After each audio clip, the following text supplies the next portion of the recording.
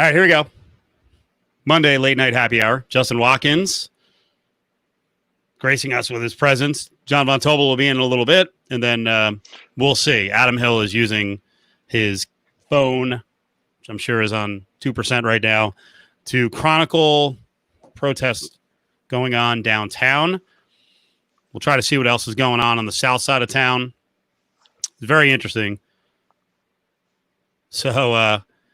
So I went down to where I thought the protests were going to be tonight, Justin, and that was near the Trump building, and that was heavily protected. No surprise. Yeah. Heavily protected. Then a group went up LV Boulevard and actually walked downtown. That's where Adam is now, but I kind of caught the front end of people walking downtown, and then they actually cut off some of the protesters and pushed them south. So right now they've got, I think, two different contingents of protesters on opposite ends of the strip. But it's very interesting. There's a lot to unpack here. I just want your take on what you've seen over the weekend, and what's happened since we've had lots of peaceful protesting. That's what I saw tonight. But then a lot of violent action, looting, beatings. Different agitators. Like I said, it's a lot to unpack. Yeah, I have been following this mostly on social media, so I'll just start by saying whatever my understanding is not firsthand, and I think that goes a long way towards saying that I don't have strong opinions on it one way or the other, just from what I'm seeing on social media, because I know that that's packaged in a certain way. But I mean, I think, you know what, I'm gonna read a tweet from Senator Chris Brooks, because it's the only tweet that I thought really captured my feelings on it. Chris Brooks is a state senator, downtown district, actually, and a friend of mine. And he said, Black and brown Americans continue to be murdered by police. Our neighbors peacefully protest to cry out for change, while infiltrators try to incite riots. The press are attacked and detained. Heavily armed white mobs try to intimidate our state government with no consequences. If you don't recognize institutional racism in our country, all you need to do is look at the responses to these events from our police, our president, and our elected officials. You can identify those who support this racism by their actions, inactions, and by their words. This is why Black Lives Matters and peaceful protests are patriotic and necessary. This is why heavily armed white mobs at our state houses are the thugs and terrorists. This is why we respect law enforcement, but we demand that they do better. The first step to recovery is admitting the problem and saying the words institutional racism. As a white male elected official, I must work harder to get to where so many of my friends, neighbors, and colleagues already are. That sums up my feelings quite well. I agree with every word that he said. I believe there's institutional racism that needs to be addressed. With more than just words from the elected officials. I think we need to write legislation. We need to create review boards.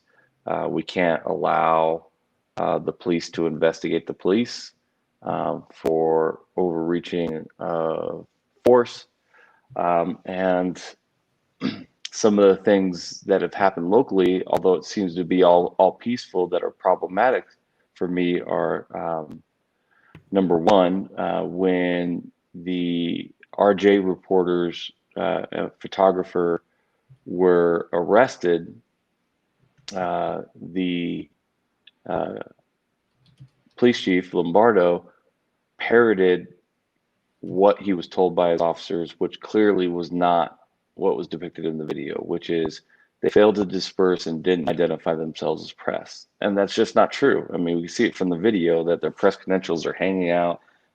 They have big, cameras. They're clearly press. And that sort of parroting and just accepting what is being told to the higher ups as fact is a big part of the problem. Justin, what if it goes deeper than that? What if it was ordered because I can't hear you, Steve. in different cities, police forces aren't happy with the coverage. Like maybe they're seeing tweet. Oh, you can't hear me? Von Tobel, you with us? Can you guys hear me? Because I can't hear you. I can. Oh no. Okay, well, I'll finish up and then I'll I guess you're doing the whole video by yourself because I can't hear what you guys are saying. But the second thing that's really problematic to me is there's court orders for issued by the courts during the pandemic that said anybody for misdemeanors should not be held on bail and should be released on their own recognizance right away. And the police officers and I'm assuming from Lombardo on down, made the unilateral decision to hold protesters with bail, $1,000 bail per protester that was arrested in violation of the court's order.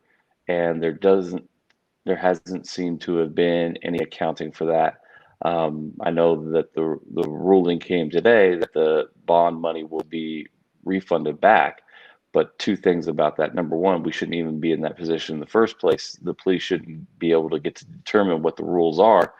And two, that order does not extend to third parties, meaning if you got out on bail through a bail bondsman and put 10, 15, 20% money down, you're not getting that back.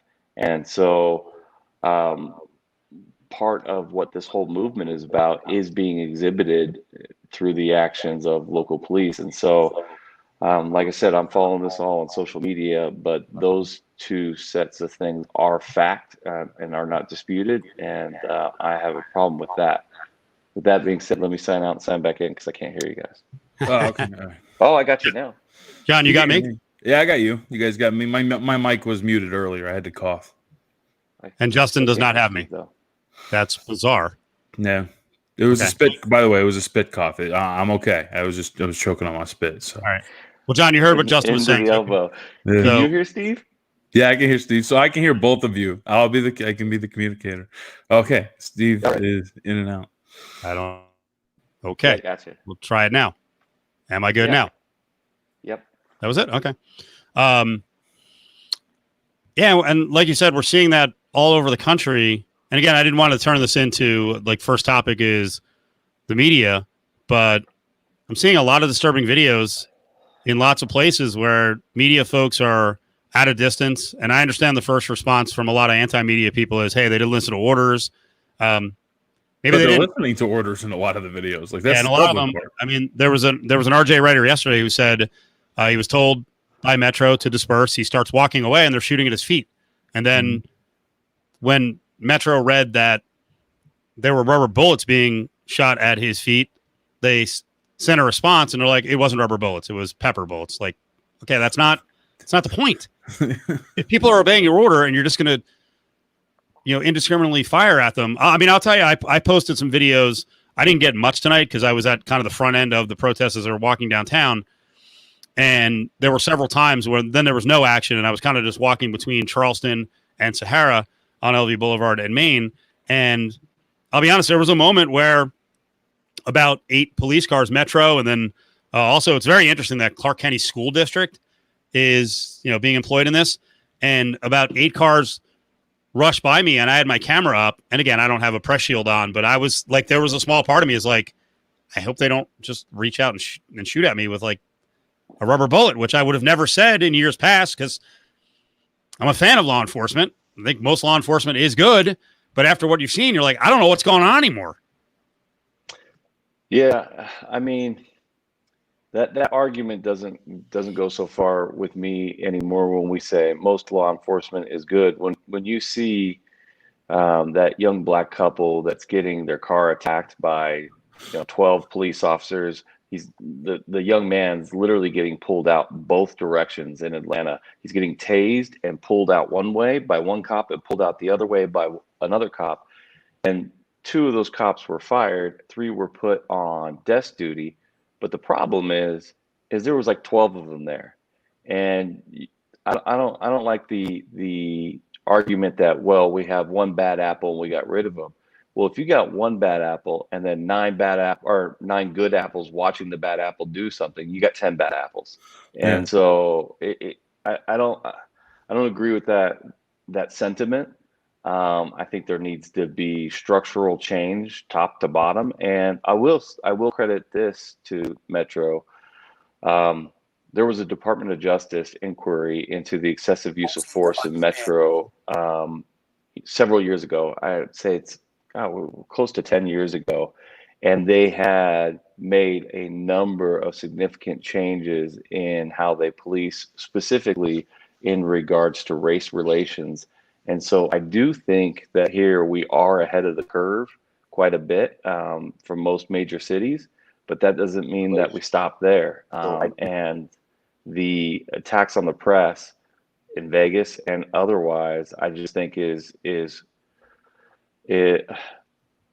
The narrative that's out there in the public is somewhat ignorant, because they're saying, well, listen to the orders. Well, press is exempt from a number of different orders under the First Amendment, curfew being one. You can't tell the press that they have to observe the curfew. They have the right to report what's going on out there after curfew hours.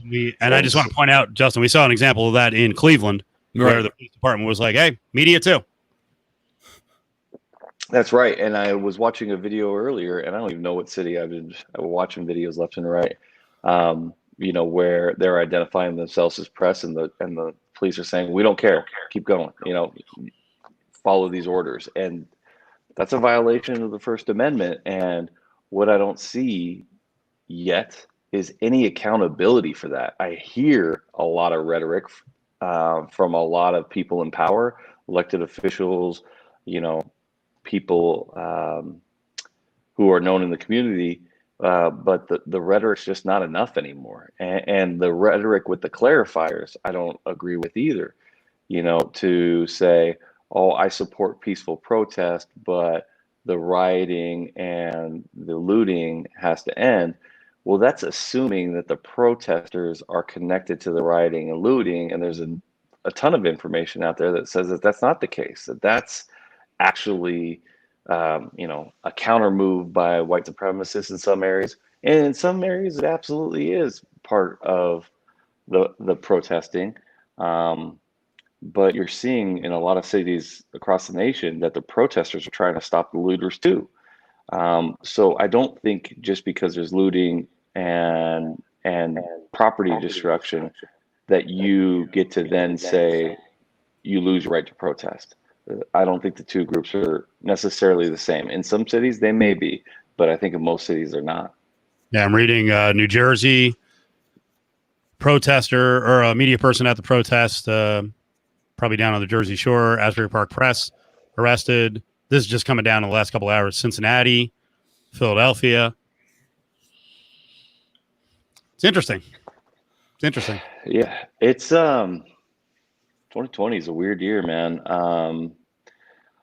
I don't know. I this is one of those times that I wish I was back in an elected office, because I didn't when I was up there in the legislature, I didn't worry about the next election. And I'm not trying to toot my own horn, but I had a really good feeling that I wasn't going to go back when I was sort of midway through that session. And when you were able to legislate without fear of consequence of not being elected again, you're more apt to do the right thing. Barbara Buckley, who was the first woman speaker of the assembly in the state of Nevada, who I look towards as a mentor, she told me before I went up there, that you're going to hear from lobbyists for, let's keep on topic, for the police union, for, the different sheriffs all throughout every county. You're going to hear lobbyists for them. You're going to hear for lobbyists for the resorts. You're going to hear for lobbyists from everybody. But what you won't hear from are lobbyists for the people. That's your job. And that is, I think, largely lost in my experience in state politics in Nevada. Is there are very few elected officials who are lobbyists for the people, as they should be. Hey, by the way, I'm just trying to quickly track where, say, some of the Clark County commissioners are, and I'll look them all up. But wouldn't you hit the streets? Wouldn't you want to be part of this? Wouldn't you want to help ensure peaceful protest? Wouldn't you want to be constructive? I would, and Right? and I think that there are some who are. I haven't been following, who's been physically out there. I know Tick Segerbloom and Justin Jones have been very supportive of the protesting efforts. Whether they're physically out there or not, I don't know the answer to that. Um, there's a very important county commission race that's going on right now, um, for the seat that Lawrence Weekly will be termed out of. And, the person who I think should be in there is a guy named William McCurdy, young African American man who has grown up in North Las Vegas, lived in his district his whole life. And he's been talking about these issues since I served with him in the assembly. And, would love to see him in there. I'm sorry, I got to break in for a second. I mean, I'll keep looking, but it's fucking pathetic. If you're a Clark County commissioner and you're not even making again why I wish I was in elected office now, so I wouldn't have to play but it's politics, right? If you're all the county commissioners are Democrats, right? I'm a Democrat, but they're all Democrats, and what they don't want to do is step on the toes of a Democratic governor. And I get that. It's the first Democratic governor in 20 some odd years, but you got to do something. You were elected to office too, and you don't just defer every bit of what people elected you to the top ranking person in your political party. And that's what's happening. I think that's what's been happening since COVID, with the emergency orders, the fact that we haven't had a special session to address those emergency orders and the constitutionality of it. Because I guess everybody wants to be the next governor.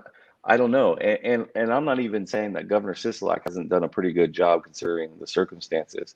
But every time we do this, we give more power to the executive branch and take less and have less power closer to the people, right? So your city council, your county commission, your state assembly person, your state senator, they're all deferring the power you've given to them in the legislature to the governor and the executive branch, which is why John Ralston always says the governor of the state of Nevada is the most powerful governor in the states, in the United States, because the legislature just continues to give that power away.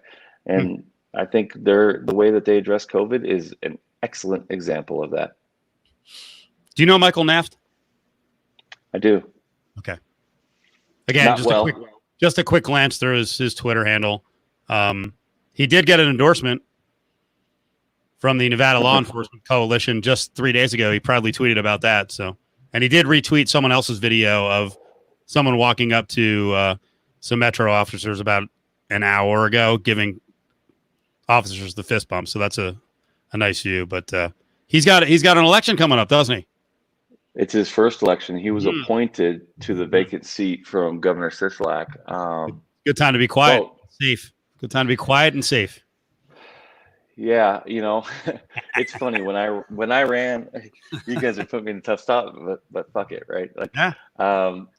When I ran, I was endorsed by the same police coalition, right? That's a coalition of largely that's going to be a labor coalition. That's all the different labor unions for the police forces together. So NHP, Metro, what have you, they're all the peace officers in the state are in this coalition, and they're mostly lobbying for labor issues, pay increases and the like.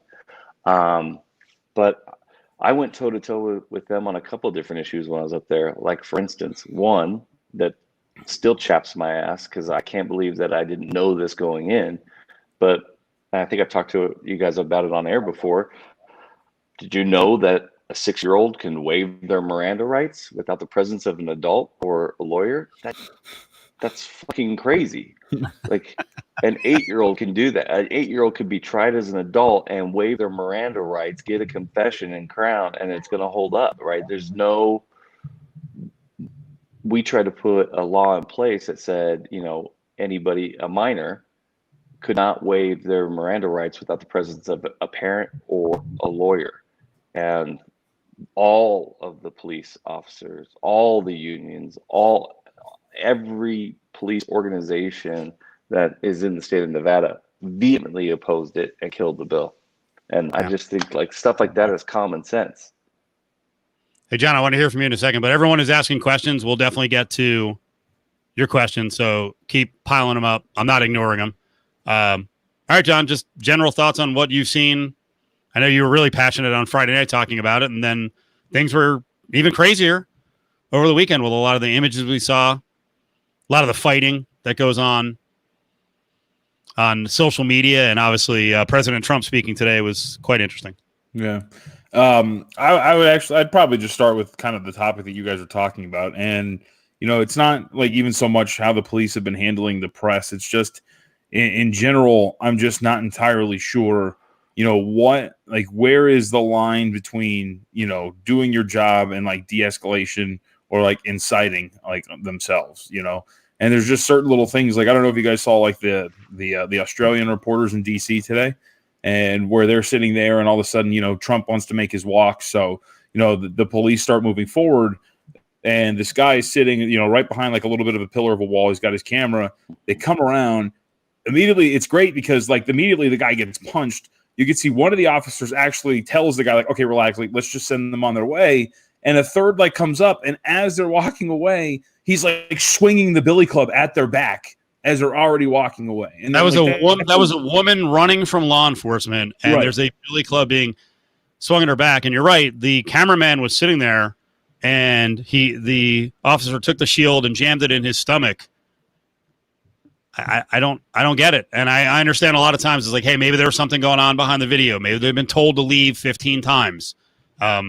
Once they start leaving, though, I don't understand this on the woman's back. Right, like that, like instances where we saw was it Minnesota where the lady's on her porch and she's getting the paint shots fired at her, right, and they're telling her to get back inside, like things like that. To me, like that's the issue for me. That's not de-escalating, that's not breaking it up. Like to me, that's instigating. That's starting, to incite a little bit of violence, and that's Justin, what you have to address that one, right? Because that one has been a big talking point.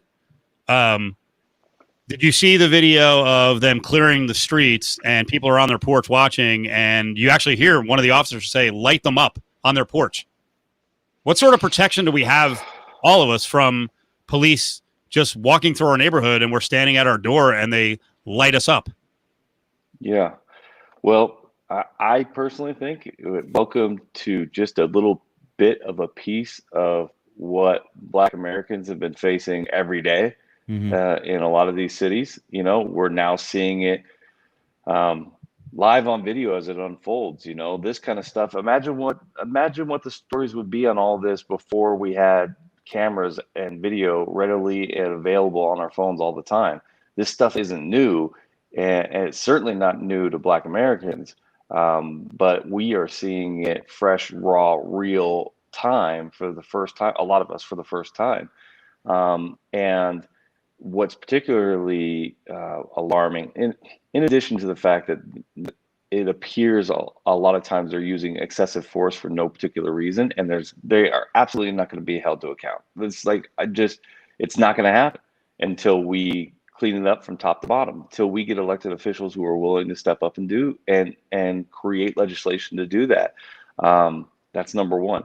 Number two is the enforcement onto private property. And we have seen a number of different examples. The lady on the porch in Minnesota, that one, arguably, their response to that was, at that point, we can't tell the difference between looters and homeowners, and so we've ordered everybody inside their homes. Okay, but if he's a looter, you just told the looter to go inside. Go back in, right? I don't know how that distinguishes between go back in and continue to loot. Right. Yeah. So I don't buy that argument. And then I've seen videos where they were shooting tear gas through the windows of private residents because people had let protesters into their home. Not that they broke into their home, but they had let them into their home. And then today, we're hearing from the priests at the Episcopal Church that Trump walked to, that they were at their church. They were on their premises, and they are getting tear gassed on their premises. So a government official, the president, could walk onto private property to do a photo op.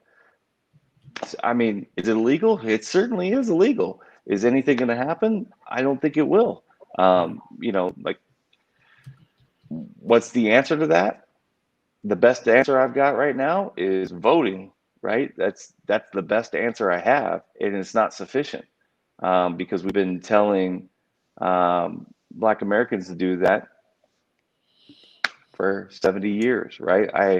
I was watching and reading a speech that Robert Kennedy made in Indianapolis after Martin Luther King had been assassinated, where he walked down into the protests to tell the protesters that Martin Luther King had been assassinated, and the police wouldn't even escort him because it was too dangerous. And what's he saying? Like, he's saying, we got to come together. We've got to fix this. Work with us. Let's get the right people in the elected office to do it. That was 1968, right? Like, same problems. And so I don't have the answer. I don't have a sufficient answer, which is why, frankly, when protesters are, I think, in some instances, instigated into violence or start the violence themselves, that's not legal either, but I certainly understand their frustration. I get where they're coming from. I wouldn't do it. I wouldn't participate in it. If I had a kid who wanted to go out there and do stuff like that, I wouldn't let them do it. But things need to be done. Change needs to happen. So I was thinking, like, one of my takeaways, Justin, when I've been watching a lot of stuff, and there's been certain instances where, like you mentioned, the police officers in Atlanta, pulling the couple out of the car, and the ramifications that they faced. There's been a couple of others in terms of police officers who've been caught on camera doing stuff for the last few days, and then essentially being doxxed on social media to the point where the police departments have to do something. The one, I think it was at San Jose, Steve, the little short guy who had the little man syndrome and didn't like being told, that he was on the. I don't know if you saw this one, Justin, where he's literally. There's a video of him cracking his neck and he's in his riot gear and he's loosening his shoulders and he's really excited because he's got his little gun to start shooting people with rubber bullets. And one of the women, tells him, because he's an Asian American, you're on the wrong side. And like, that's literally all he says. And he says, "Shut up, bitch." And he screams it at her. And this is a police officer. And, again, that starts to instigate stuff. Guys tell him to F off.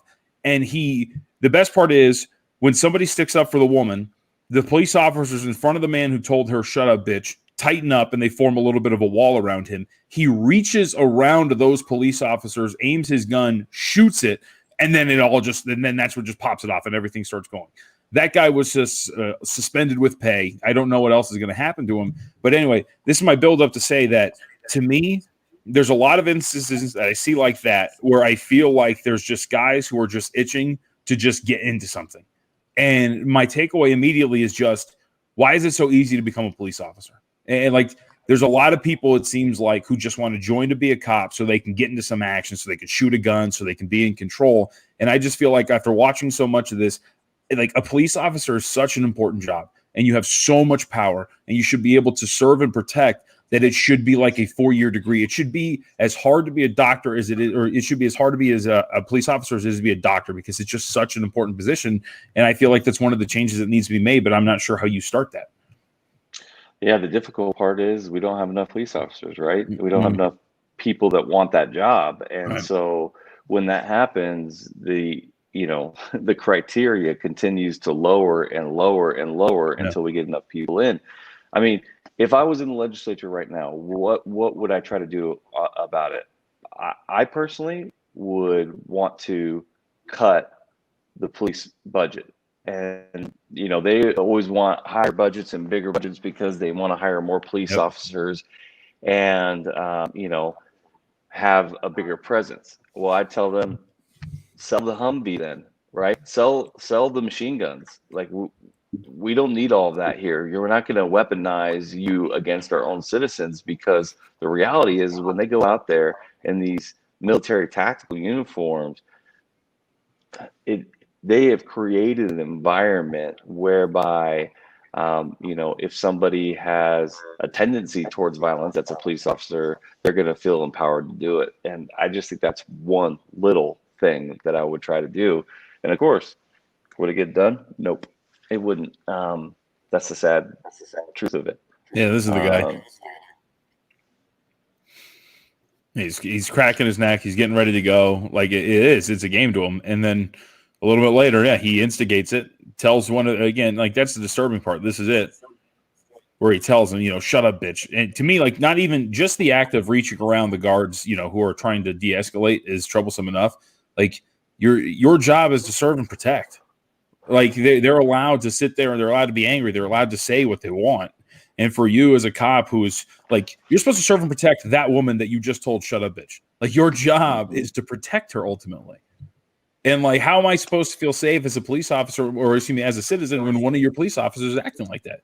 And I just feel like it's just, and like Doug said in the comments, like nobody would want to be a cop if it was so tough. Like, but like it should be tough. Like that's the thing. Like you shouldn't be able to just, what is it, like a 6-month process, a year process?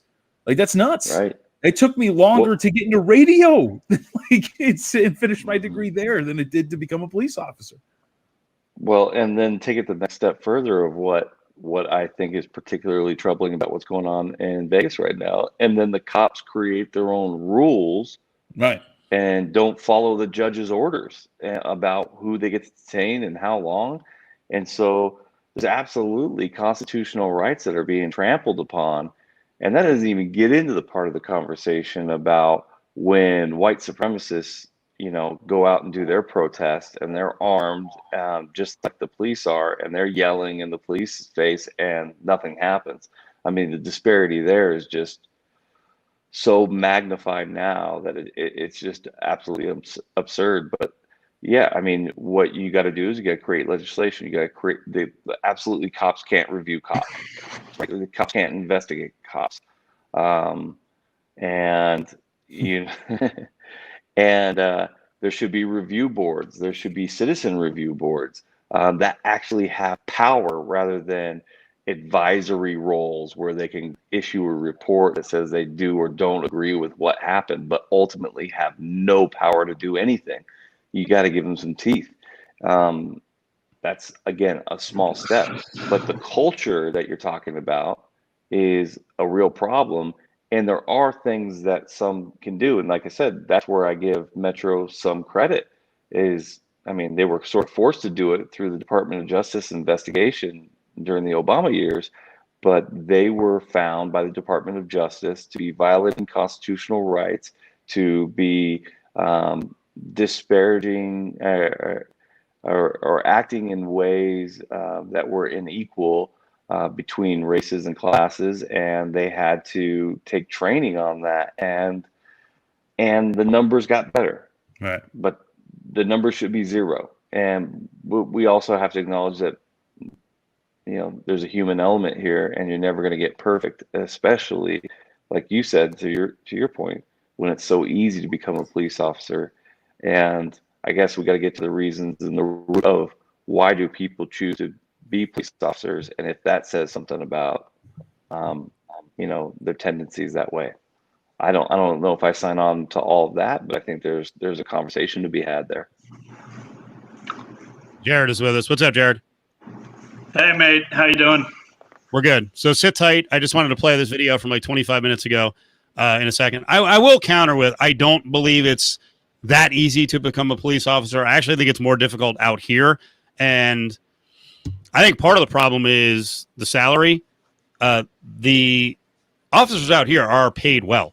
I think they're treated well from a salary standpoint, but there are a lot of departments around the country, Justin, that just do not pay enough. And that's when the question comes in, like, people out here would want to be an officer because you can make a nice living. I remember it's like 10 years ago now, so maybe they raised the salary a lot, but I remember it was a former Steeler return man, Pittsburgh Steeler return man, who decided to become a Charlotte police officer.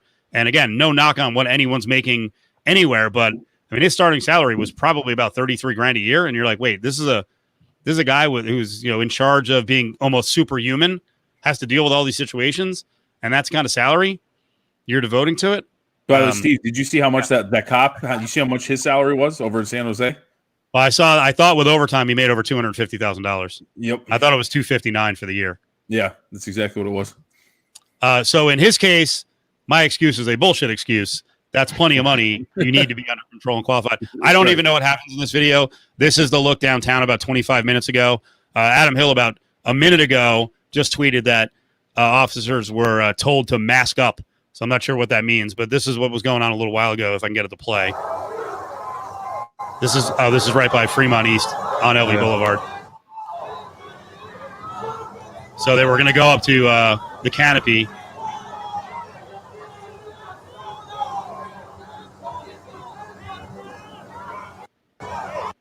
Interesting. All right. Well, my video's freezing up. You know, and then there's also the issue, Justin, we were talking about in terms of the gear they have. I don't know all the situations they're in, so I'm not going to sit here and rip about how militarized they are. It doesn't appear to be a de-escalating instrument in these situations, but I'm not going to rip them because I don't know what day-to-day situations they can get in where they do need that stuff.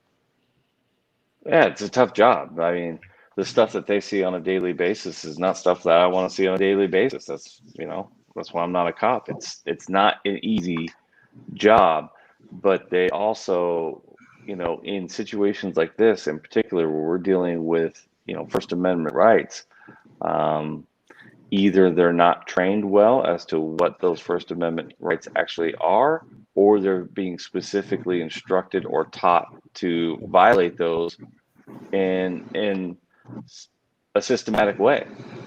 I mean, so hey, real quick, Jared, I'm not trying to cut you off either, or Justin, but we have another special guest in. What is this? Hey. All right. Adam Hill with the mask on. What's up, Adam? Can you hear us? Yeah, can you guys see behind me? Yep. Yeah. Did we get Adam? So that's the protest walking by south on Las Vegas Boulevard at Carson. You've got most of your head on the shot. Well, I'm trying to let you guys see. Surprise. There you go.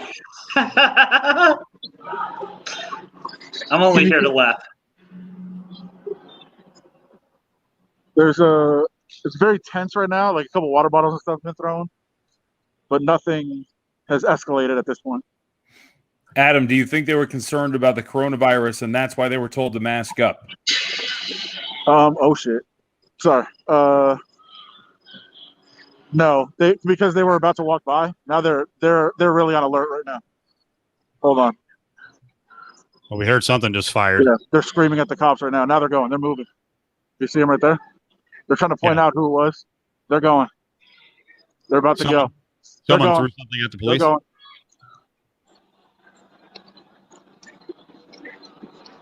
Oh, fuck. Oh, shit. Someone's coming back.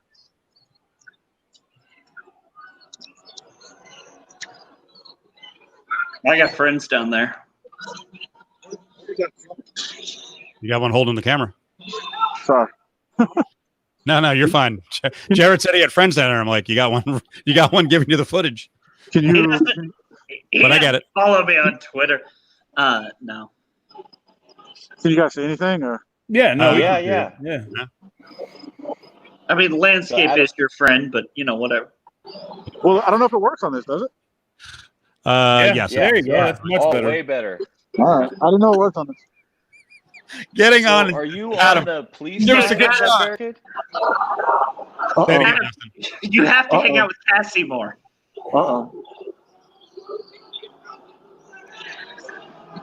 Adam, are you on the police side of things? I mean, I know you just muted his mic, but it looks like Justin, he's on the police side of the. Yeah, I'm behind him. Yeah. And did they recognize you as press? Did they ask you about that? They know I'm a. Oh, do you see the thing in the middle of the road? Yep. Oh boy. What is it? It's like an armored vehicle. Oh shit! Yeah. There it goes. That was the tear gas.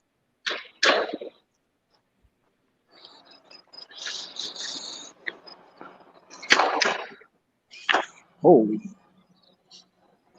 So Adam, what did you say? A water bottle set it off, or did something else happen? Well, somebody threw a water bottle and they got on edge, and then somebody screamed something and they did not like it. Yeah.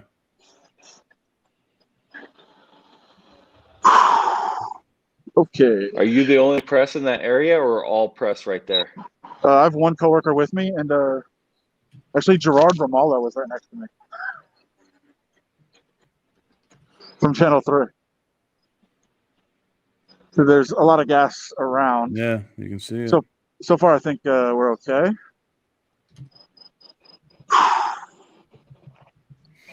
Is that so? I can kind of tell it seems to have settled down on him. Is that it? That rush right there, and then there was just an explosion down the street. It sounded like a firecracker. So yeah, hold on. Sorry. There's an officer walking toward me. I don't know what he wanted to. Back up. That's fun. Hope you guys got a experience there.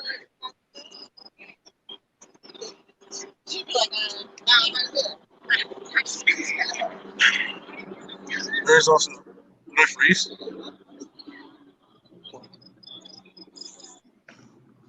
all right. Oh, okay. What was the level of resistance? Like that's the part that I'm scared about. Because I got friends down there.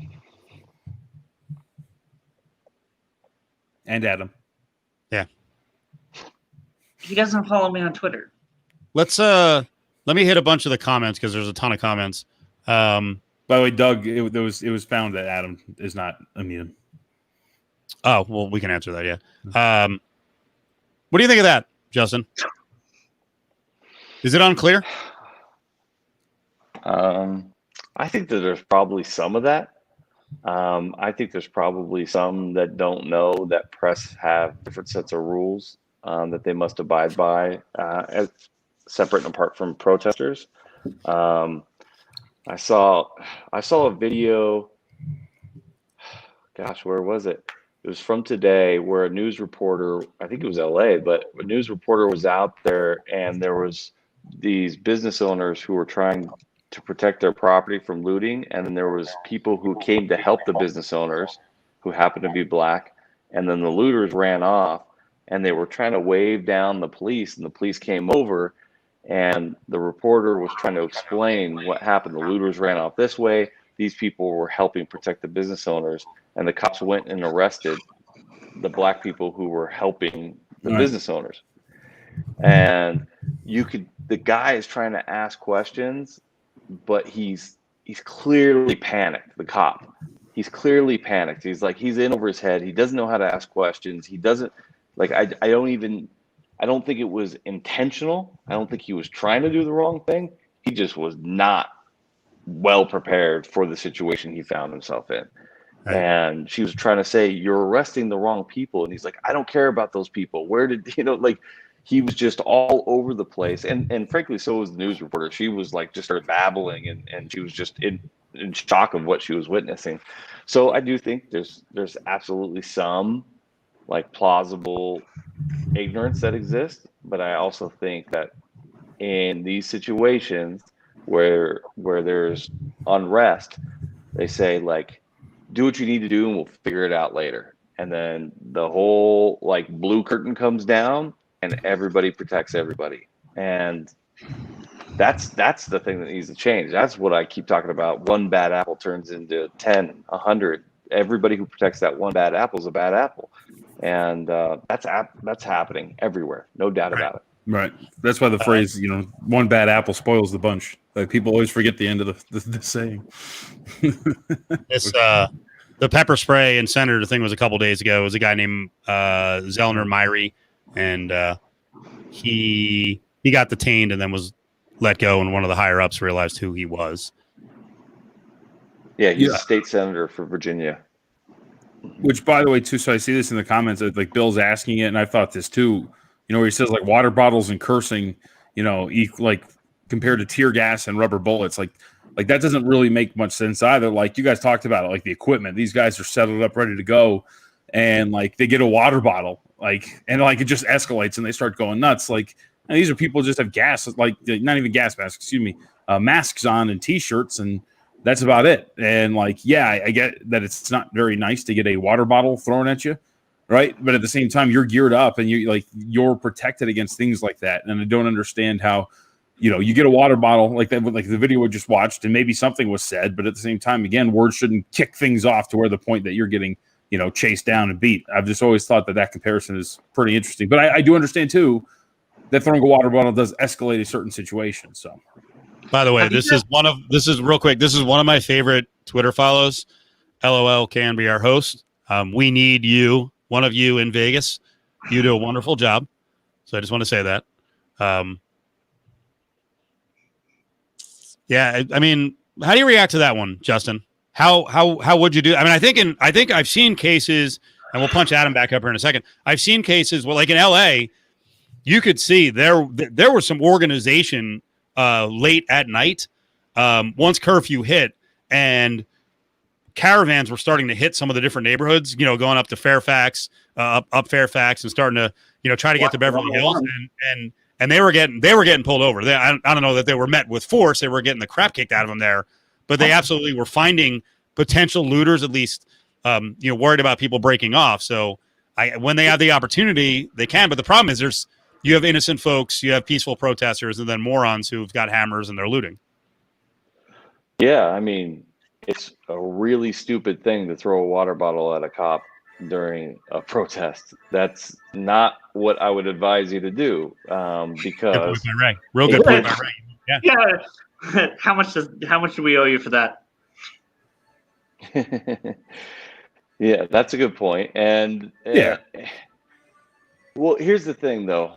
If that's the standard for using force, then in America we should see that equally applied, and we don't. Right? What we don't, when somebody wins a Stanley Cup. Oh, let's go to Adam. Sorry, I didn't cut you off. What's going on now, Adam? You okay? How you doing? Yeah, I got nervous for a second, but we're good. What happened? I couldn't tell. Yeah, I mean, listen, I after the tear gas on Saturday, I'm a little gun shy, so I didn't want to stick around for too long. And then those cops that we were looking at started walking right toward me, and I was like, "Oh crap, what do they want?" It was good they let us stand there, but for a second, I thought they were coming for us. So. Right now, I don't know. You can probably hear them there moving out because the entire protest now is past Carson on Las Vegas Boulevard going south, and so it looks like they're going to reorganize here. I think I'm trying to show you how many cars. Hold on, if I can turn this. We're down to about 8 now. There was probably 50 here like 10 minutes ago. Adam, do you have someone on the south side of town? Like, where do the rest of the protesters go? Because I initially parked when I went down there. I initially parked by behind the mall and behind Trump, and I could see a ton of people walking over there. And then I was told a bunch were going down to downtown, but there has to be a few thousand that were diverted in a different direction because I got to Sahara and it was all blocked off. So where do they go? Do you have anyone down on the south side of the strip? Yeah, we had a couple that were going with them. Hopefully nobody is watching from the paper. I proposed that we had a group text to all communicate with each other of where we all were, and that was kind of rejected for some reason. I don't know why. Why would we want to communicate when we have like 20 people covering this? You do look fast right now. Doug was just saying you're using your getaway speed. Sure, it's fair. I mean, I think Facebook Live the other day, my getaway speed was more impressive for sure. When there was actual gas coming at us. Yeah, I don't know where they went. We had gotten the heads up. I think you told us, and we heard from somebody else that there were people going north. And downtown seems to be where the confrontation points are. So we wanted to come cover this after getting about 3 hours of really good, very, very peaceful protest footage. Want to come down here. And we actually got a really good video of a kid who's a former boxer walking up to the line of officers and just like really pleading with them, which was a pretty powerful moment. Poker Pro Eric has a bunch of interesting comments. By the way, hold on. Yeah. You see that? What is it? Oop, No, let me get that out of here. Point it down a little, Adam. Point it down. There you go. What is it? Back in front of the courthouse, there's just about 30 cars. Yeah. Oh, wow. There's more back here. Yeah. So that's in front of the courthouse on Las Vegas Boulevard. Sorry, just wanted to show you guys that. Yeah. Hey, Adam, quit touching your mask. It makes it not work. I know. What do you guys think? What do you guys think of this one? No one should be on the streets. It's way past dark. Is there a curfew? No. Okay. No, this is Vegas. All right. I think that's pretty simple. Yeah, curfews are legally enforceable, but there is no curfew. So, Oh God. Oh, what do you got? there's just a bunch of loud bangs. I was trying to see what it is. With every Oh, there's just some loud bangs. That's I was gonna say with every God. Yeah, And but Trying to look around Adam's head, and that's like Possible. 97% of the screen. I know. yeah, Sorry, guys. that Being 8 safe. quarter head. Sorry, that was a little scary. I'm not sure what that was. Oh, I heard some loud bangs. Disappears. Fuck, man. You heard it, right? No. Flip, All I heard flip was, the I Weird. heard some loud bangs. flip the camera around. We see you. We got it. Sorry. Yeah, You guys- yeah. Yeah, there we go. We can hear you. Okay. Yeah, we can still hear you. Yeah, I saw. There you go.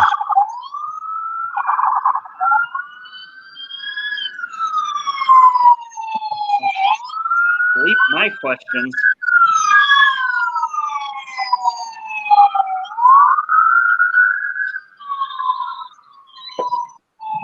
Sorry. Trying to walk with the camera in front of me. I don't know if you guys can see. Yeah, we No, can. it's great. Oh yeah.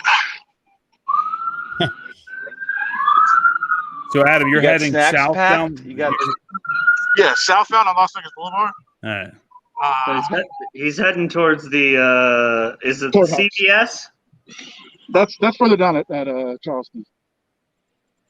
The courthouse is that building to the left. Right. Yeah, it's the one where they had all the guns a couple years ago. Oh shit!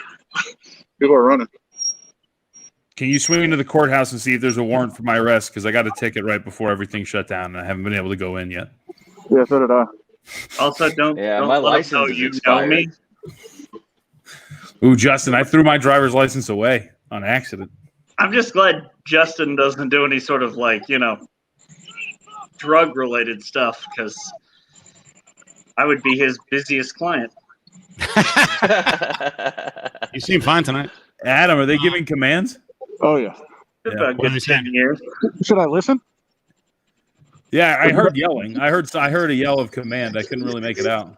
They were actually yelling to the other officers to get all onto the west side of the road.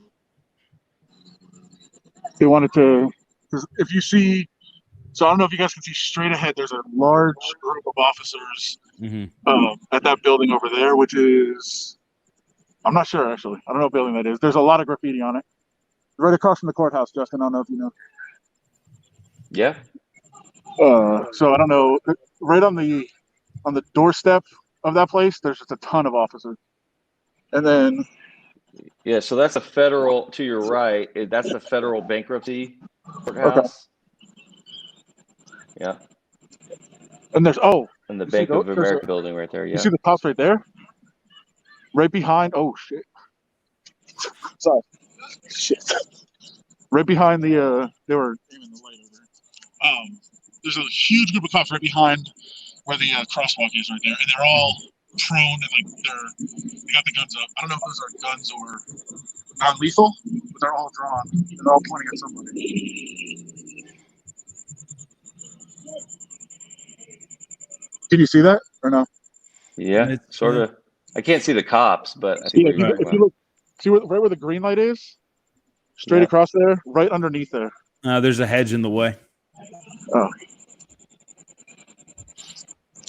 Adam, I command you to do your job and just walk up. about. Watch yourself. We got a bunch of bossy Don Lemons over here. I'm trying. No, if I was Don Lemon, I'd tell you, Adam, I know that tear gas is no joke. I've done it myself many, many times, and I commend you for it. Once was enough, man. I could not taste anything yesterday. This guy looks like he's angry. Was that the guy? Didn't you have a guy earlier on video who was talking about the history of racism? I actually thought what he was saying was pretty interesting. No, we actually Going back we, to the 60s. we actually tracked him down. We talked to him for about 20 minutes, Oh, yeah. and it was a really, really good interview. Oh, he's a former professional boxer, actually. Oh, really? And had a lot of really, really good stuff to say. Check out that interview later when we get time to edit it. I don't know what there's. I think there's 12 or 13 officers right there by that wall. I don't know who they're aiming at. Steve, you should make Adam big. I know. I'm trying. I'm trying, Ray. There's a lot of cops here, by the way. I mean, they go all the way down. Some good comments in there. People saying you should get a GoPro, Adam. Can't you run a GoPro on like Facebook Live or Periscope or something? I should have. So apparently there's not enough cops here because. Yeah. But you don't know what's going on in other parts of downtown. They might need more assistance. And so we don't know what's going on all over downtown, so they may be.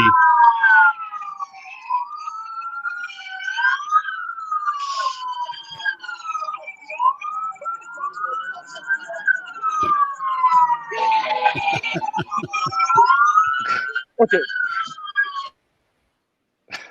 There's the video. Ari, back in Command Central. Get it together.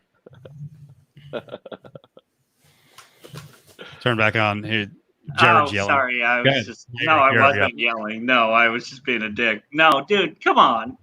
You know, if Ari needed you to, like, he needed something, A, he would panic, and B, he would get it done.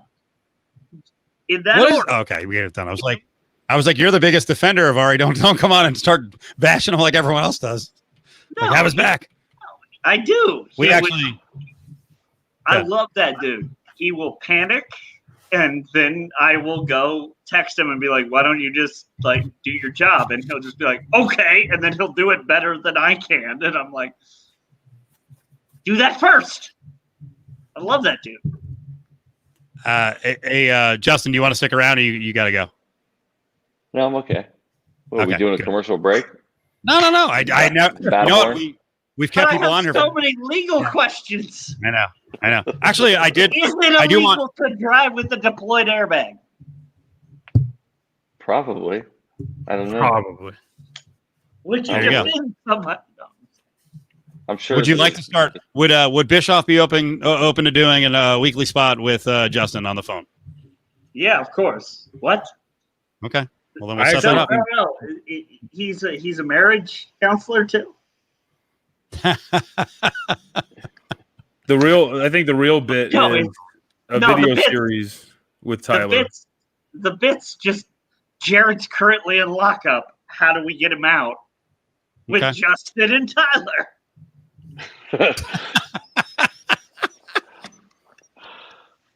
John, what were you saying? Well, I was going to say, I think the bit with Tyler is actually where he goes around and skirts laws to the finest degree. And then when a cop pulls him over, he tells him, well, technically, it's not illegal. And then, we watch him get arrested multiple times and detained and tased maybe once or twice. And then we get him off every time. Right. Criminal record. Because technically he was correct. Oh. Let me get my attorney on the phone. Justin, so one of the big stories we wanted to cover, I don't know if people have seen this, but there was a case in Omaha where a bar owner shot a protester, maybe a looter, dead. You read about the whole encounter. This one's already been decided. Omaha authorities have said we're not charging him with murder.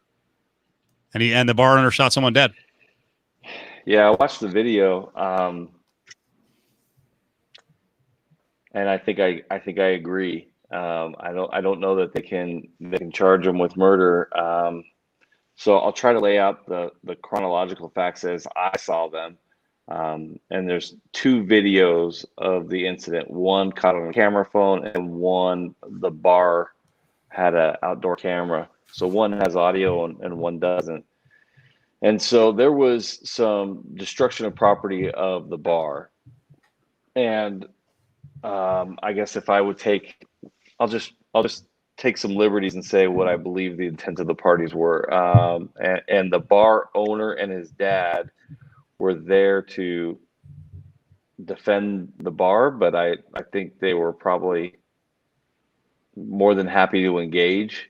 Well, protesters. let me break in for a second because the way I read it, the bar owner's dad, I guess, approached these guys. Yeah, no. So I'll get there. So we definitely have to get there because we always talk about engaging, chasing after people, moving into the fray. Yep. Sorry. Yep, you're right on the right issue, and that's what I was about to lay out. So there's no evidence to say that the bar owner and his dad are there, and the dad walks down the street to engage two individuals that we don't have any evidence, they don't have any evidence, were the actual people who destroyed the property. And the bar owner's dad pushes one of them and then pushes them again. And that person turns around and decks the dad. Basically lays him out, not knocks him out, but knocks him pretty far away. And the dad sort of gets up, he's a little sort of woozy, and the son comes running down and says, like, who did that? What's going on? We have some audio of that. So from my perspective, the dad was the original aggressor. The two individuals had the right to defend themselves. They did, and that was over. Now they're in a new interaction between the bar owner and the two individuals, and they're talking. And the bar owner has not done anything physical, and he gets pushed by one of the young men who we'll call protesters, and he shows them that he has a gun. It's displayed. It's out on his hip, and he's walking backwards, and they continue to walk forward on him. He pulls out the gun, and they go for him and tackle him. He fires a shot. It doesn't hit anybody, and one of the protesters runs. The other protester is on top of him. Doesn't look like he's throwing any punches or anything, but he's definitely got his back. The bar owner's down on the ground, and the bar owner reaches up behind him and fires and kills the protester. The question in my mind becomes whether or not there was a reasonable apprehension of death or grievous bodily harm from the bar owner. It's hard to tell from the video whether or not the protester was being physically violent with him or was trying to disarm him. Either case, that protester, I don't think, had any legal right to attempt to do that, because the bar owner had done nothing physical. Only his dad did, and his dad got knocked to the pavement. He didn't push anybody. He was asking who did it to his dad, who hit his dad, and what have you. So based on the two videos I saw, I don't think that they could try him. That they attacked him, and he defended himself. And now the question is, was it excessive force in the defense? I think that's a reasonable question, but unless there's some other evidence, you certainly can't tell that from the video. John, Jared, you got questions? To be honest with you, I mean, not with that certain situation. No, I mean, everything I read, Justin kind of covered for the most part. And, as terrible as loss of human life is, it seemed like with everything that we've seen to this point in terms of our laws and how they're affected, or how they play out, it seemed somewhat reasonable in the man's situation that he would attempt to defend himself. Right. It sucks, yeah. But it seemed like, I don't want to call it a cut and dry case, but it does seem like he was within his means to defend himself.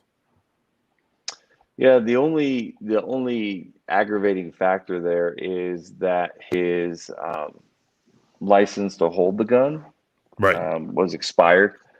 So you could argue that there are some charges to be pressed there for the illegal possession of the gun.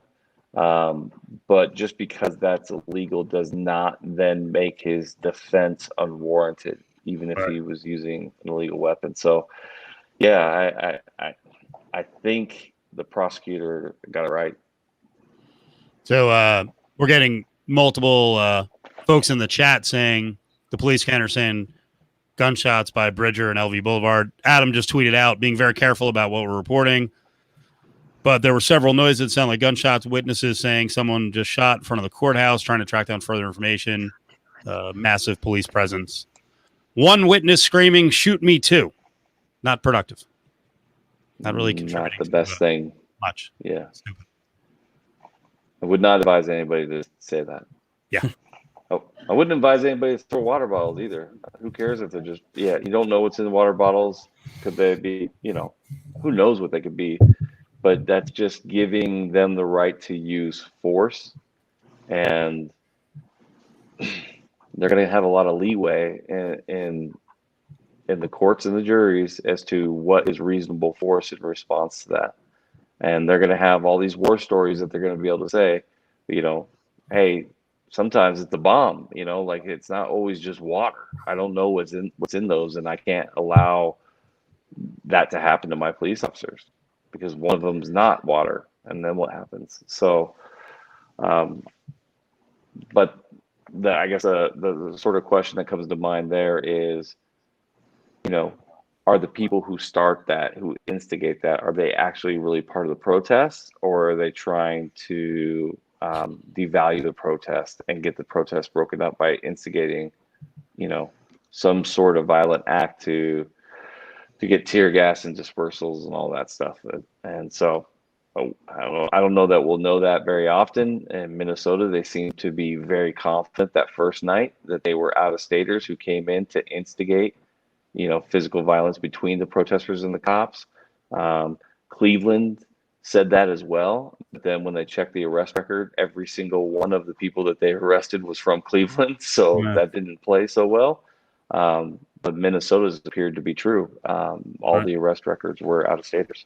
Miami too. I think Miami, that they had a really high count of the people that they were arrested were from, was it Miami-Dade or whatever, that county, that they weren't even from that county at all.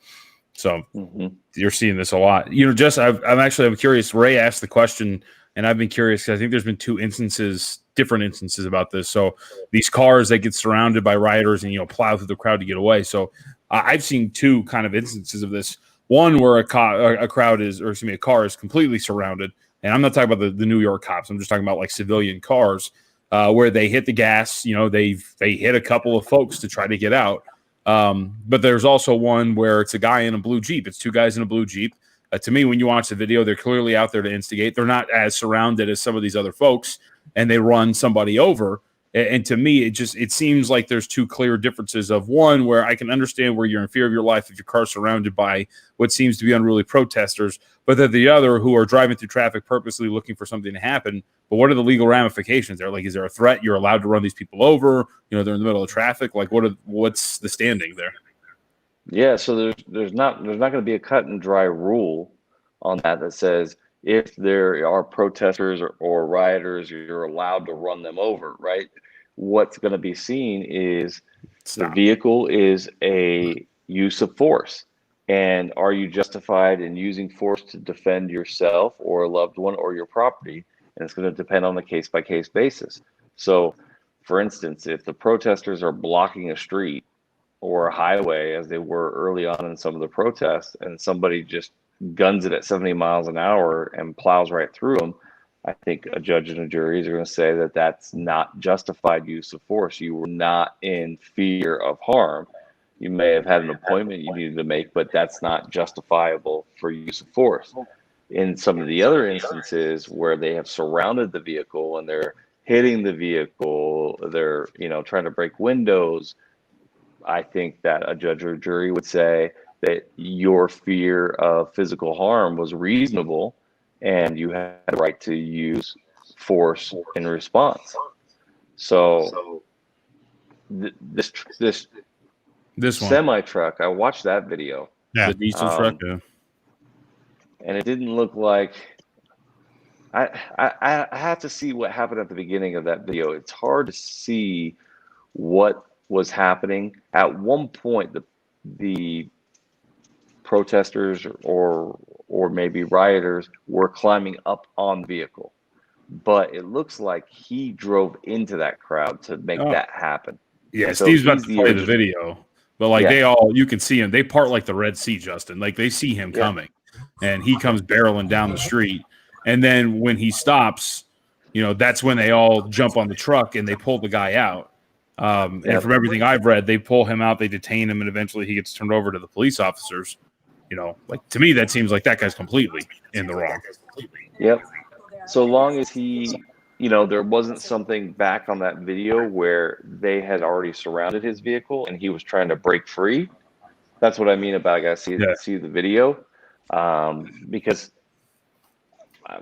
I don't know. He may have just been looking for trouble and hauling ass down the freeway and was looking to run over protesters, or it may be that he was speeding up because he just broke free of some protesters. So I hate to make a judgment call on a fraction of a video. So because I just don't know what was happening that led up to that. Why he was going that way. Yeah, just because it's it's funny to say people need to move out of the way on that chat. That's not the state of the law. Cars don't have the absolute right to run people over on the roadway, even if they aren't in the crosswalk. I mean, if you were to read the traffic, if you were to read the traffic codes to be technically correct, then pedestrians have the right of way. Jared, what were you saying?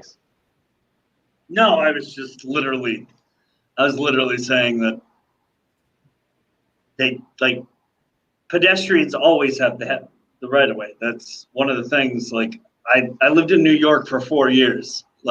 It's the reason we can abuse the jaywalking laws is because if they hit us, even if we were jaywalking, we'd have a decent enough case. Justin, not always. Careful with that. Yeah. Careful with that. It's like each Justin, case. what are the right? As a 19-year-old, that was not how it was explained to me. Yeah. The people who jump out into the roadway in front of cars are not the cases I take. I'll say that's contagious though. I went to New York for 3 days, and I 2 hours in, I was jaywalking, dude. I was in. I was like, wow, this is powerful, man. I just walk. Let's go. Yes. Bring it on. Yeah. I got places to go.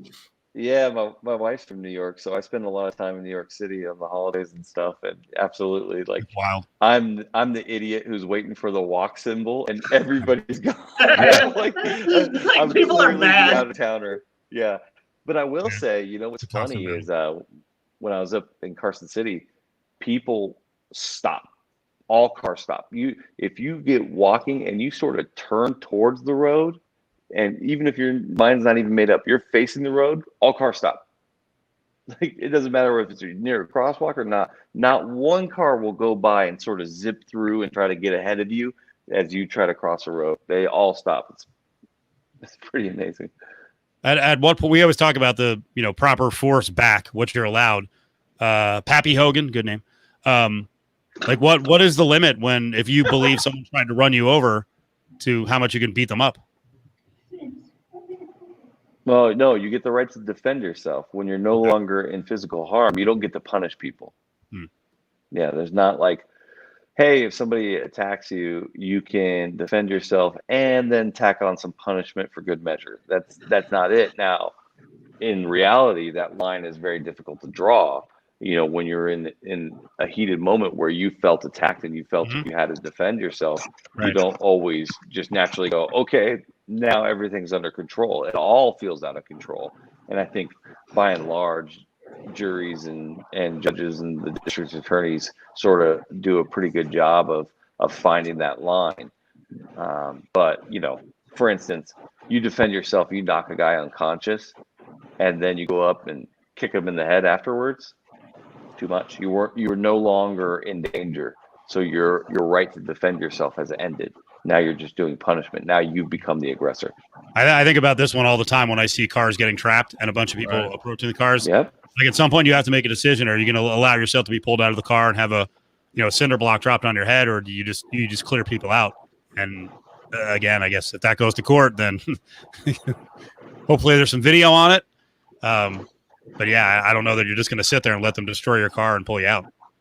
Totally. Yeah, that's not what I'm advising at all, right? I said, if the protesters are surrounding you, and then you have a reasonable fear for your physical safety, you have a right to defend yourself, which could include driving through the crowd, absolutely.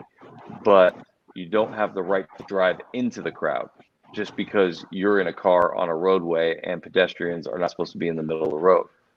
Technically speaking, they have the right of way. Did you guys see the case? I think it was in Huntington Beach. I think. Anyone where a dude was on the side of the road, kind of tatted up, and it looked like he threw a racial slur at a car going by with a bunch of African Americans, and big dude got off and freaking laid him out. But he did follow him to lay him out. I'll try to see if I can find the video. But you're like, so in that video too, like Justin, to your point about self-defense and like initiating conversation, and that's the thing. So I watched the video. There's a lot of background noise. But if it's to be believed that the guy is standing on the street corner, there's a car driving in the street, there's about 5 guys sitting on top of it on the trunk and on the roof. It is alleged that the guy, yelled a racial slur. They all get off the car. They confront him. Words are exchanged. He gets punched. But like to the whole point of self-defense, once he's out, they leave him alone. Like he's done and he's on the floor and they walk off. So I wonder if like what is that like in terms of he clearly instigated, dropped a racial slur. They walk up, they fight him. He's knocked out. It's like 2 punches, and then everything's over with. Like that seems within the letter of, I don't know, the law and instigation and whatnot. So it's tough when you start dealing with words. Generally speaking, physical force is not justified as self-defense to words. But fighting words. Yeah, the courts have recognized what are known as fighting words. And there's a selection of a few words, and it's still open for interpretation as to whether or not there are words that the person who uses those words expects a physical confrontation and is intending to incite a physical confrontation. And the cases that created the so-called fighting words were racial slurs. Mm-hmm. Jared, by the way, just smoked a cigarette, dude. You're driving me nuts. Thank you. I put it in the chat. Yeah, just do it. Like we all know what you're doing. It's okay. You're an adult. Vegas. Yeah. Yeah. Ari, not happy with the chatters, huh? Call him out, Ari. Let's go. Hey, no, he's just mad at me. He's anti-smoking. We'll see if we get Adam back in. I texted him. I said, "Are you all right?" And I got back one word. Fuck. Oh, fuck me. That's so scary. God damn it. These are freaking me the fuck out. I just found out we're friends, and now he's in a dangerous situation. No. I wanted to play again, Justin. I thought you were saying something. I wanted to play Mark Davis today. Well, you know what? Actually, first, this is what I want to do, because I want to play Mark Davis and what he said about him changing his tune on protesting. Jared, I saw a bunch of tweets that you guys sent out on Bischoff's Open today. Yeah. No? Yeah. Okay. Why was it good?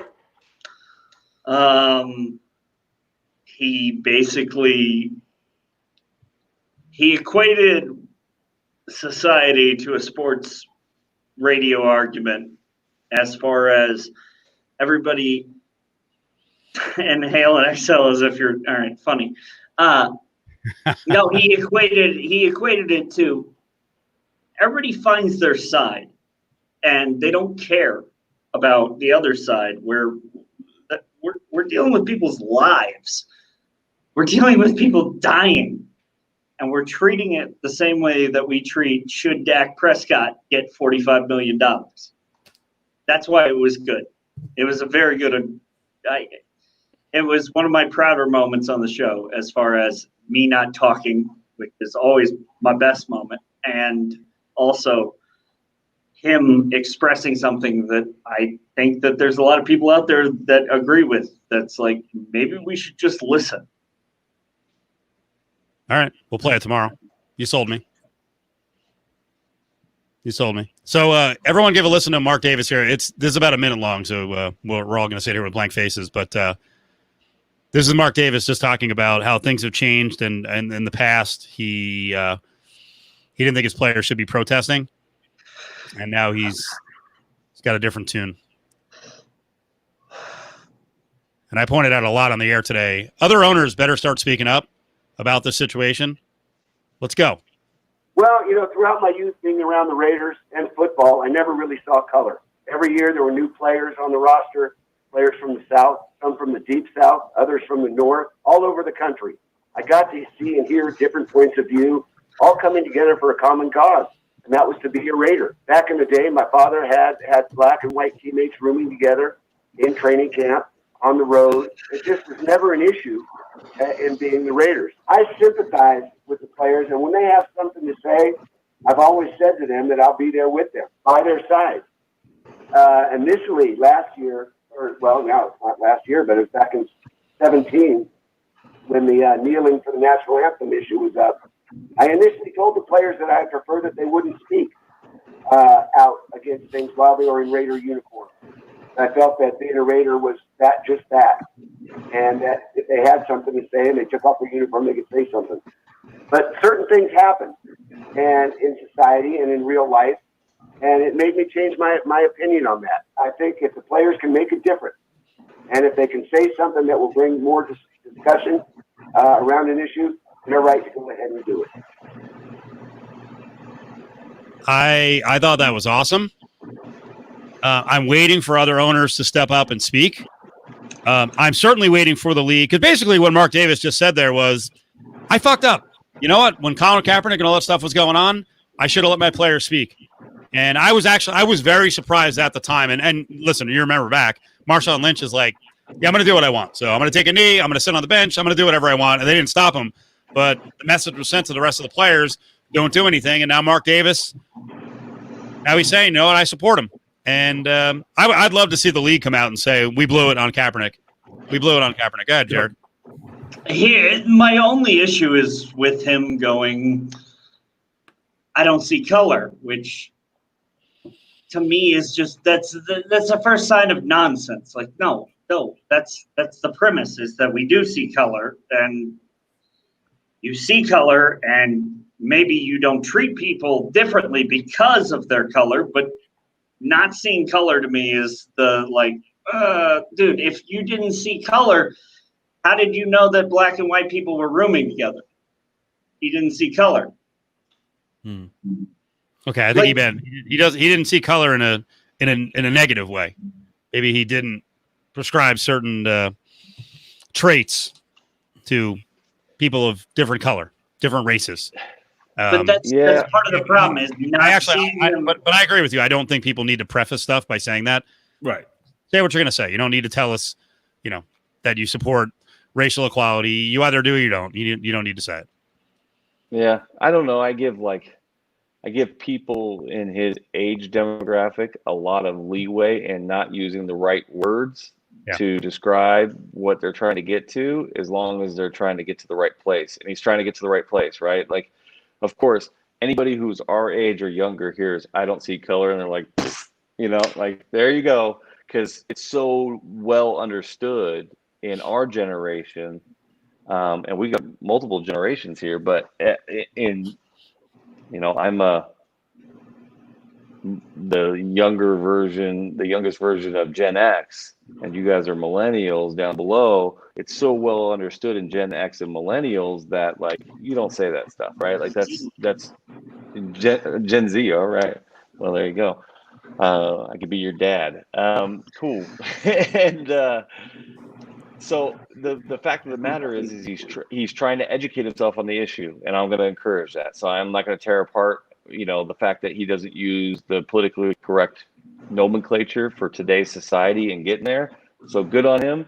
I'd love to hear every owner talk like Mark Cuban's talking about this, and has been talking about this since the beginning. He's been on point since moment one. He's the owner I wish I had, and I'll get myself in trouble here, but like I see statements from these owners of all these teams that say, we are 100% against any sort of racism, and we stand for peaceful protest, all that stuff, right? And like, just for instance, I saw the Golden Knights did one, right? says we're against racism and we stand with the players and racial equality and all that. And then I go and look at Bill Foley's political contributions.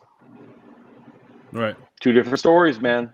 Right. It's two different stories. If you're going to donate, this is just my feeling. If you're going to donate to political and elected leaders who are turning a blind eye at best, turning a blind eye to what's going on, then you're part of the problem.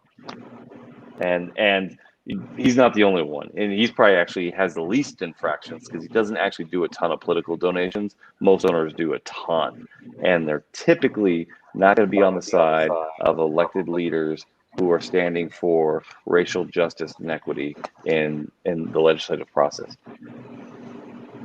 Well, earlier, Adam, you're right, Pappy. I was a little hard.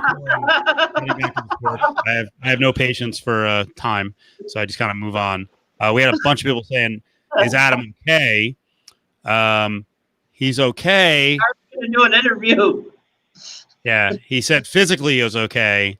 I don't think he's doing too well mentally. We're getting a bunch of reports on the chat, and I just saw the 8 News Now that, again, I'd like to get more confirmation on this, but it sounds like a police officer was actually shot and might be dead downtown.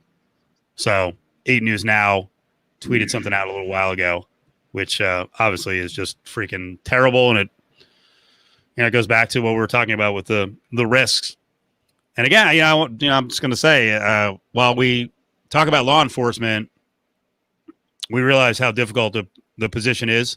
And, as Justin pointed out a couple minutes ago, a bottle of water could be dangerous. Everything's dangerous. Every time these guys and women go out to do anything, just go to work, that could be their last day. Anytime they do a traffic stop, that could be the last traffic stop they do. So this is what 8 News Now is saying. Metro sources tell 8 News Now a U.S. Marshal has died after being shot in the head in front of the federal courthouse on Las Vegas Boulevard. So not good, horrific, and I can only imagine what the next couple of days are going to be like. All right. And that's around the country. And that's literally the example that you're just giving of somebody just going to work, because U.S. Marshal is a federal agent, right? And so they are only working federal property. So he's literally going to his job at the federal courthouse, I'm assuming.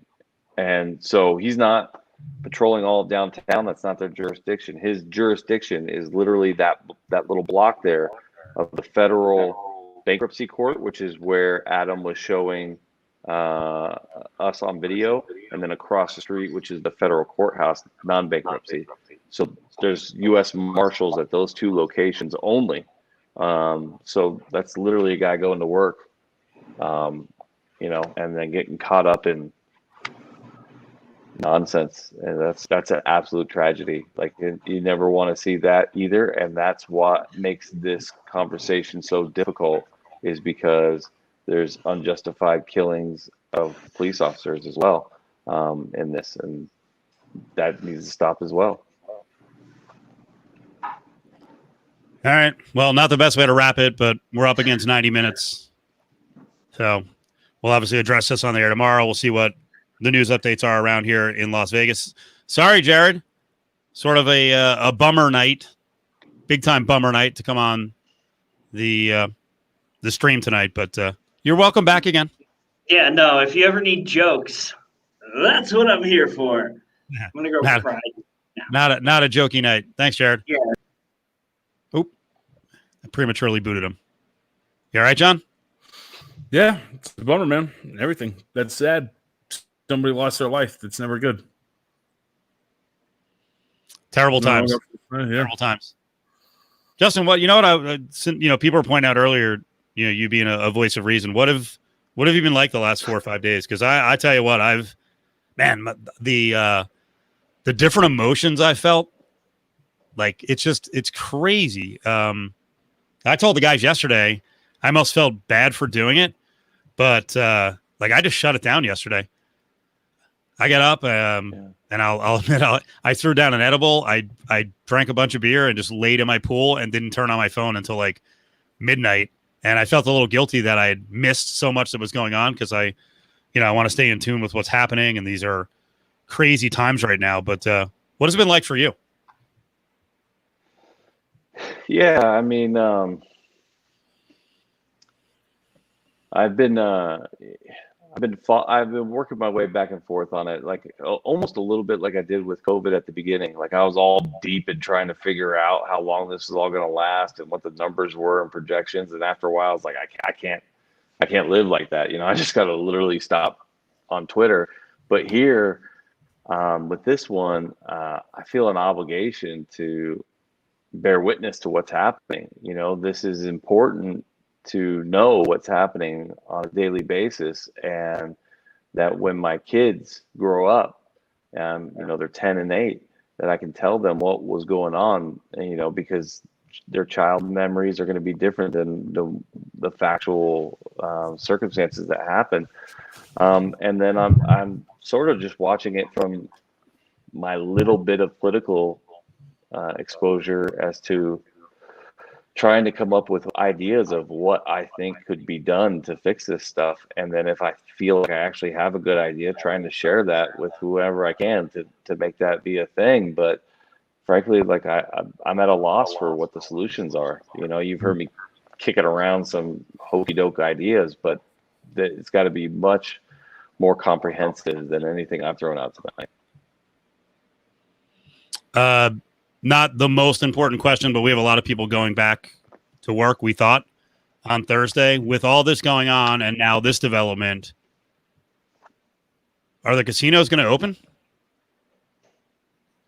I think they'll open, yeah. I feel like that'd be too Vegas, tough, man. Too tough of a train to stop. You know what I mean? Yeah, I mean, the security at the casinos in Las Vegas and in the state of Nevada have extraordinarily broad policekeeping rights that have been granted to them through the legislature for a long time now, and that most cities don't have for their hotels.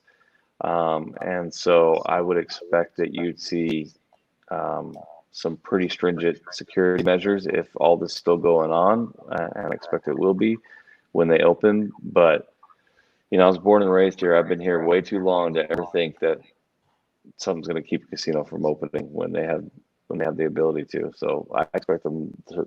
I think they're going to open.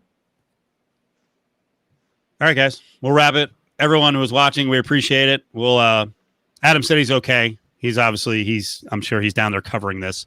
So it's probably pretty devastating for him. And I don't know. I hate to speculate, but some of the loud noises we heard towards the end of his video there.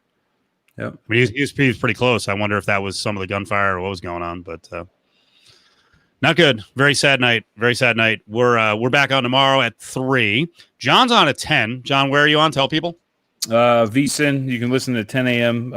You can go to vsin.com or SiriusXM channel 204 or 9. Am I on 920? I don't know if I am or not. So. I have to check for you, buddy. I'm not sure. I'm not sure what we're running as we adjust our 9:20 schedule. And Justin will be back on. You're going to be on with us Wednesday, Justin? Yes, sir. In studio, hopefully.